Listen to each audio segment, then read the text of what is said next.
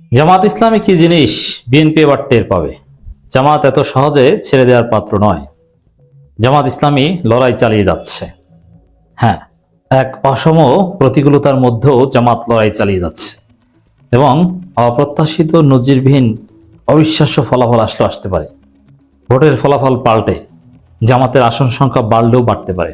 দর্শক, আপনারা জানেন নির্বাচনে কারচুপি হয়েছে, রেজাল্ট ইঞ্জিনিয়ারিং হয়েছে। এই রেজাল্ট ইঞ্জিনিয়ারিং করেছে কারা? বিএনপি, ভারত, যুক্তরাষ্ট্র, ডিপ স্টেট, একটা নেক্সাস।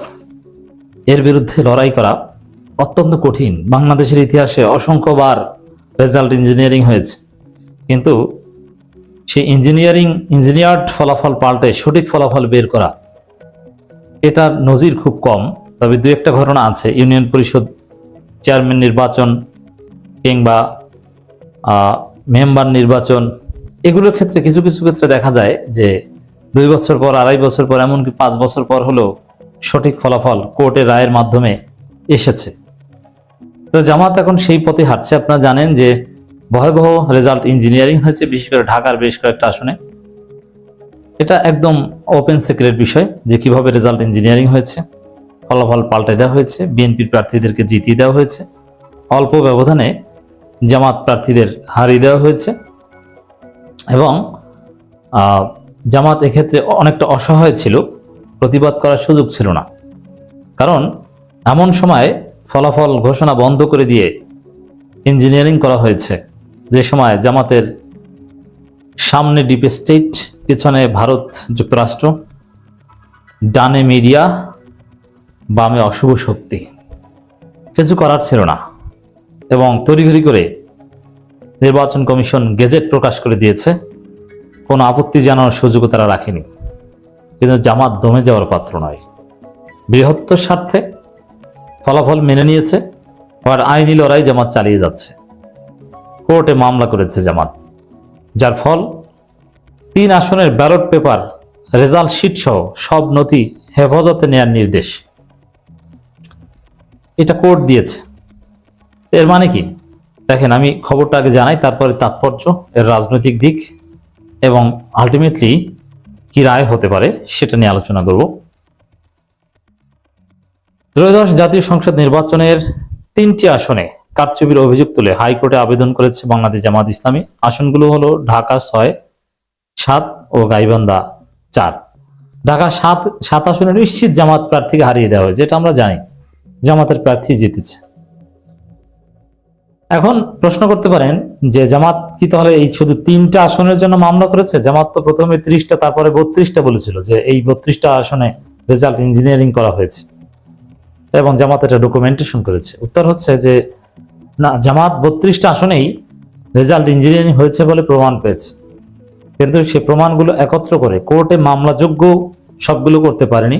মামলাযোগ্য এভিডেন্স কালেকশন এখনো চলছে, যাচাই বাছাই করে যে বিষয়ে আইনি প্রতিকার নাই বা যতটুকু কারচুপি হলে বা কারচুপির অভিযোগ তুলে তার সপক্ষে যতটুকু প্রমাণ দরকার হয় এফআইআর করতে বা কোর্টের ডিগ্রি পেতে, এগুলো নিয়ে জামাত কাজ করছে। কিন্তু এই 3টার ক্ষেত্রে সুনির্দিষ্ট তথ্য প্রমাণ পেয়েছে, যার ফলে এই 3টার ক্ষেত্রে তড়িঘড়ি করে মামলা করতে পেরেছে এবং মামলার একটা প্রাথমিক রেজাল্টও জামাত পেয়েছে। গত 26 ফেব্রুয়ারি আবেদনের পর এই 3 আসনের সব ব্যালট পেপার, রেজাল্ট শিট সহ সব নথি হাইকোর্টের হেফাজতে নেওয়ার নির্দেশ দিয়েছে নির্বাচনী ট্রাইব্যুনাল। এখন কোর্টের ওইখানে কিন্তু আর জালিয়াতি করার সুযোগ নেই। দেখেন, বাংলাদেশের বিচার ব্যবস্থা নিয়ে অনেক কথা আছে, হাইকোর্টের বিচার ব্যবস্থা নিয়েও কথা আছে, সেই ট্রাইব্যুনাল নিয়েও কথা আছে, কিন্তু তারপরও হাইকোর্টে একটা স্বচ্ছতা আছে।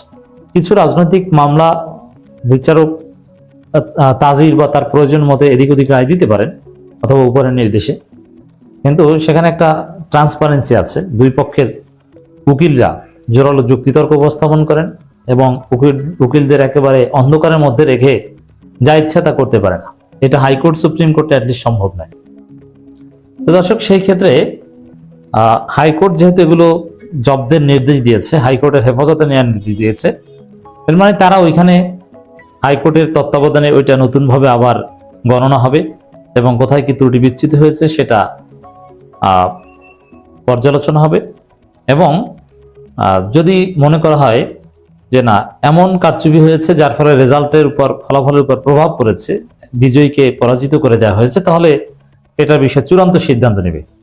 আর যদি সামান্য কারচুপির প্রমাণ পাওয়া যায় যে না যতটুকু কারচুপি হয়েছে বা ইঞ্জিনিয়ারিং হয়েছে তাতে ফলাফল পরিবর্তন হতো না, হয়তো ভোটের পরিমাণ কম বেশি হতো কিছুটা, তাহলে হয়তো ছোট সিদ্ধান্ত আসবে। তো এক্ষেত্রে হাইকোর্টের সিদ্ধান্তের উপর ভরসা রাখা যায়, আশা রাখা যায়। কারণ হাইকোর্টে নির্বাচন কমিশনের মতো রাতারাতি জালিয়াতি করে একটা রায় দিয়ে দিবে গণনা করে, এটা হওয়া সম্ভব নয়। ওখানে শিশির মনিরা আছে, তাদেরকে বোকা বানানো, তাদেরকে ধোয়ার মধ্যে রাখা কিছুতেই সম্ভব নয়। অতএব এটা একটা সুখবর বটে। আর হাইকোর্টের এই হেফাজতে নেওয়ার নির্দেশ, ব্যালট পেপার থেকে শুরু করে প্রয়োজনীয় কাগজপত্র, রেজাল্ট শিট, এর মাধ্যমে প্রমাণিত হয় যে কারচুপি হয়েছে। হাইকোর্ট প্রাথমিক প্রমাণ পেয়েছে। প্রাথমিক প্রমাণ পাওয়া ছাড়া, আই রিপিট, আমি একজন আইনের ছাত্র হিসেবে বলছি, প্রাথমিক প্রমাণ পাওয়া ছাড়া, রেজাল্ট ইঞ্জিনিয়ারিং এর প্রাথমিক প্রমাণ পাওয়া ছাড়া সমস্ত কাগজপত্র, ব্যালট পেপার, সিল, এগুলো হাইকোর্টের হেফাজতে নেয়ার নির্দেশ দিতে পারে না। প্রাথমিক প্রমাণ পাওয়া গেছে ইঞ্জিনিয়ারিং এর। আই রিপিট, রেজাল্ট ইঞ্জিনিয়ারিং এর প্রাথমিক প্রমাণ হাইকোর্ট পেয়েছে বলেই এই নির্দেশ দিয়েছে। এরপরে পরবর্তী কাজের দিকে প্রসিড করবে কোর্ট। যেহেতু প্রাথমিক প্রমাণ পাওয়া গেছে, এতে আমরা ধারণা করতে পারি যে রেজাল্ট পরিবর্তন হতে পারে, ফলাফল পাল্টে জামাতের প্রার্থীরা বিজয় লাভ করতে পারে, সম্ভাবনা রয়েছে। ঢাকা 7-এ, ঢাকা 6 এবং গাইবান্ধা 4-এ যথেষ্ট সম্ভাবনা রয়েছে। আর প্রাথমিক প্রমাণ যেহেতু পাওয়া গেছে, বাকি প্রমাণ পাওয়া যায় বলে আমরা আশা করি।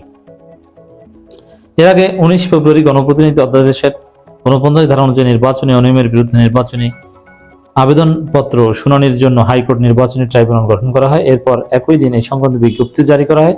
বিচারপতি মোহাম্মদ জাকির হোসেনের নেতৃত্বে একক বেঞ্চ এইসব আবেদনের উপর শুনানি গ্রহণ করবেন। দেখেন, এখানে বিচারক বিএনপি পন্থী আর যে পন্থী হোক, হাইকোর্টে উল্টাপাল্টা করার সুযোগ খুব কম।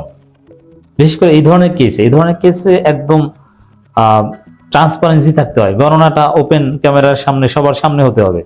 এখানে আর 2 নম্বরই করার কোনো সুযোগ থাকবে না।